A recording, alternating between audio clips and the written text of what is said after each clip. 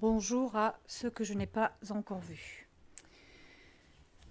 Rapport annuel sur la situation de Grenoble en matière de développement durable. Tout à l'heure, vous disiez le bien mal nommé développement durable. À qui le dites-vous? Je vais reprendre quelques points de ce rapport.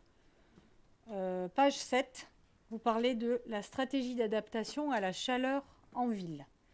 Donc, je vais lire quelques lignes de ce que vous avez écrit. Grenoble agit au quotidien pour améliorer le confort thermique de la journée des habitants. Je vous fais grâce de l'écriture inclusive à la lecture.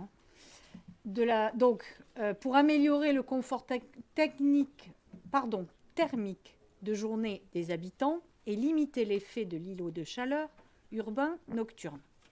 Et ensuite, vous développez arbitrage sur les formes urbaines, hauteur, gabarit, orientation des bâtiments, sur la part de végétalisation, la couleur des matériaux, le traitement des façades, la gestion de l'eau, etc., etc. C'est-à-dire qu'en clair, vous réfléchissez sur l'avenir, mais ce que les gens actuels dans les bâtiments actuels, je ne vois pas en quoi arbitrer les formes urbaines, la hauteur ou le gabarit, ça leur change franchement la vie.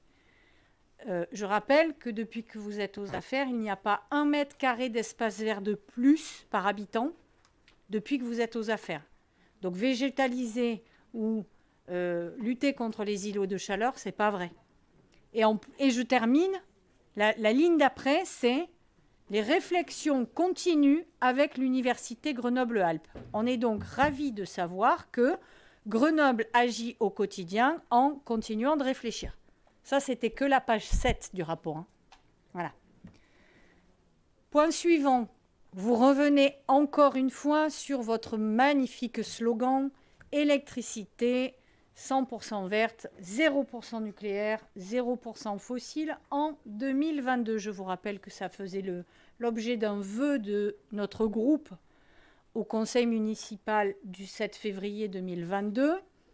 Et non, GEG n'a pas tenu ses engagements en termes de capacité de production parce que la partie d'énergie verte consommée par les Grenoblois n'est pas locale. Donc non, 100% verte, 0% nucléaire, 0% fossile, ça n'est qu'un slogan et ça n'est pas vrai. Vous parlez également, page 13 de votre rapport, déminéraliser les sols, place au jardin. Vous faites la liste, donc vous dites que la ville de Grenoble, avec l'aide de Grenoble-Alpes Métropole, s'engage à végétaliser tout en réduisant le bitume au sol pour réduire les îlots de chaleur, proposer des îlots de fraîcheur dans la ville et améliorer la qualité de vie. Vous faites ensuite une liste des différents travaux que vous avez entrepris ou terminés. Très bien, on prend acte. J'ose espérer dans ce cas-là que le vœu que nous allons proposer tout à l'heure concernant le multiplex de NERPIC, que l'on ne souhaite pas voir se développer, en partie parce que justement, ça va encore bétonner des espaces en lieu et place d'espaces qui pourraient être végétalisés. J'ose espérer que, ne serait-ce que pour cet argument-là, vous allez voter notre vœu. Je continue la lecture. Page 23. Votre petit paragraphe, ici le piéton est roi. Magnifique, ici le piéton est roi. Je vous rappelle, je vous renvoie à la réunion publique de l'Union de quartier Centre-Ville du jeudi 20 octobre 2022 et une partie de notre question orale du 7 novembre 2022. Je vais relire ce petit paragraphe de notre question orale. On vous disait « Les habitants sont excédés parce qu'ils constatent que vos mantras ne changent pas leur quotidien.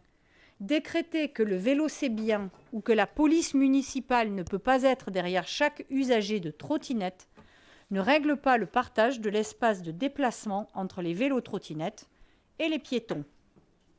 Ce qui est terrible, c'est qu'ils vous proposent même un certain nombre d'adaptations, rien de faramineux, peindre des bandes blanches sur un passage piéton, rallonger la durée des feux piétons pour avoir le temps de traverser sans courir.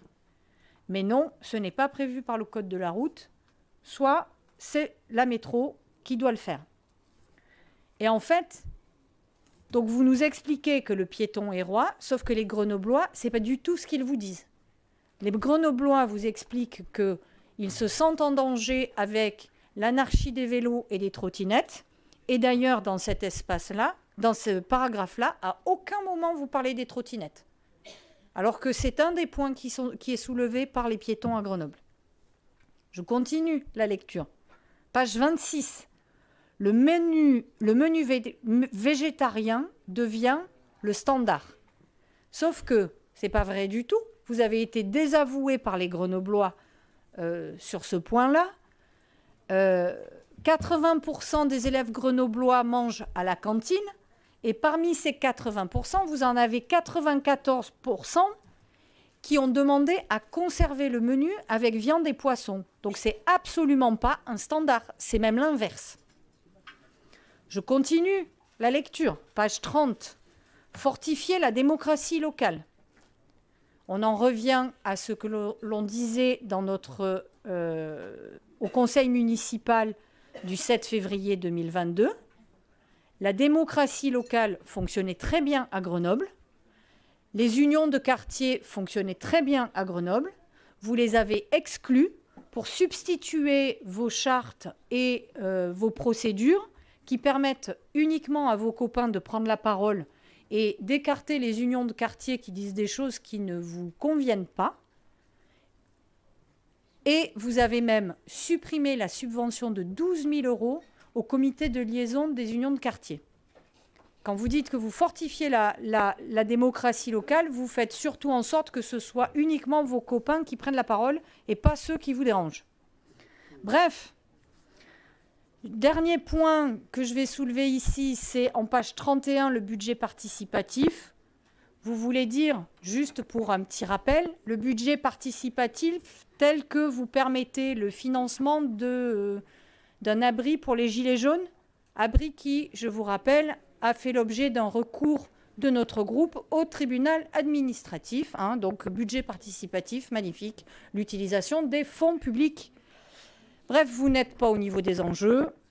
Vous vous dites écolo, mais c'est la double peine parce que vous avancez des choses alors que c'est votre majorité qui devrait faire des choses pour le développement durable. Et en fait, vous ne faites que développer des mantras. Vous enfoncez des portes ouvertes.